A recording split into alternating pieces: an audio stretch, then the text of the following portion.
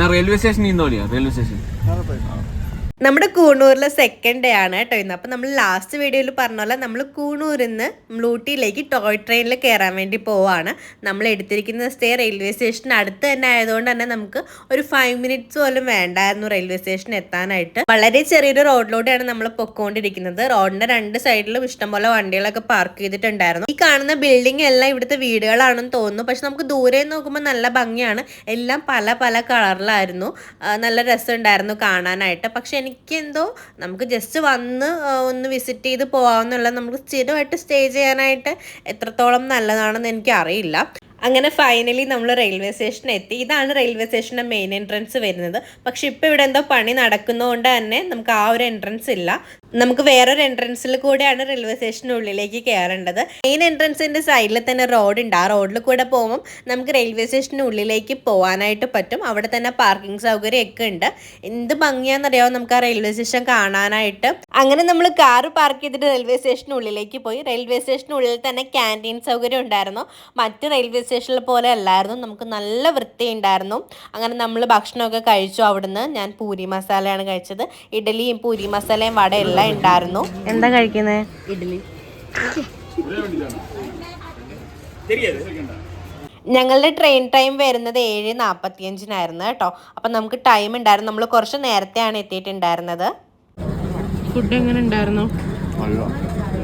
നല്ല taste.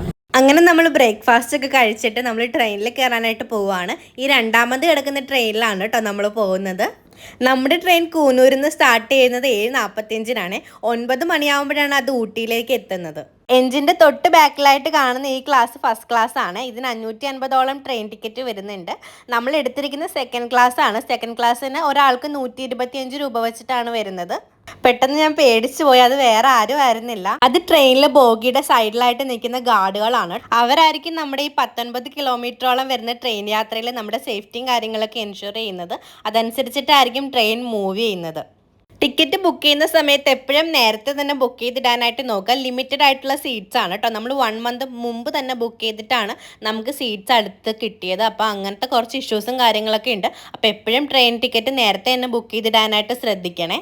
Ticket book ചെയ്യുമ്പോൾ എപ്പോഴും ഞാൻ പ്രിഫർ ചെയ്യുന്നത് രാവിലെ തന്നെ പോകാനായിരിക്കും. കാരണം നമുക്ക് ഊട്ടിയുടെയും കൂനൂരിൻ്റെയൊക്കെ ആ ഒരു ക്ലൈമറ്റൊക്കെ ആസ്വദിച്ച് പോകണമെങ്കിൽ ആ ഒരു ടൈമിൽ തന്നെ പോകണം. നമ്മൾ ലൈഫിൽ ഒരിക്കലെങ്കിലും എക്സ്പീരിയൻസ് ചെയ്യേണ്ട ഒരു യാത്ര തന്നെയാണ് കേട്ടോ ഈ ഊട്ടിയിലെ ടോയ് ട്രെയിൻ യാത്ര എന്ന് പറയുന്നത്.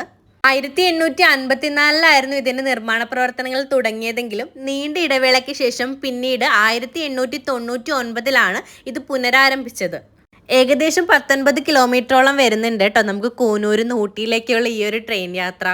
ഊട്ടിയിൽ വരുമ്പോൾ ഒരിക്കലും മിസ് ചെയ്യാൻ പറ്റാത്തൊരു കാര്യമാണ് നമ്മുടെ ഊട്ടിയുടെ ടോയ് ട്രെയിൻ എന്ന് പറയുന്നത്. അത്രയും ഭംഗിയാണ്. നമ്മൾ റോഡിലൂടെ യാത്ര ചെയ്യുമ്പോഴൊന്നും ഇത്രയും ഭംഗിയുള്ള കാഴ്ചകൾ നമുക്ക് കാണാൻ പറ്റില്ല. അത് നമുക്ക് ഈ ഒരു ട്രെയിനിൽ കൂടെ പോകുമ്പോൾ മാത്രമേ കാണാനായിട്ട് പറ്റുള്ളൂ കേട്ടോ.